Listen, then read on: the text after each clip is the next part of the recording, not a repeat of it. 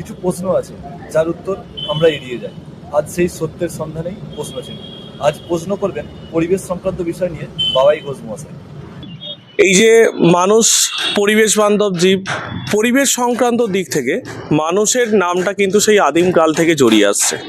আমরা নিজেদের ইচ্ছে মতো করে সব কিছু আমরা পরিবর্তন ঘটিয়েছি। আমাদের খাওয়া দাওয়া, আমাদের আচার ব্যবহার, কথাবার্তা, মনোরঞ্জনের বিভিন্ন জিনিস, যাতায়াতের মাধ্যম, আমরা কিন্তু আমাদের শরীরটাকে কখনোই সেই নিজেদের মতো করে পাল্টে দিতে পারিনি।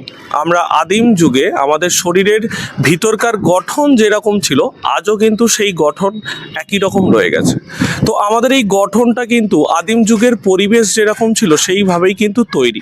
কিন্তু আমরা সব কিছু পরিবর্তন করতে করতে আমাদের শরীরটাকে না পরিবর্তন করতে পেরে আমাদের বেঁচে থাকার যে সময় সেটাকে আমরা প্রতিনিয়ত কমিয়ে ফেলছি।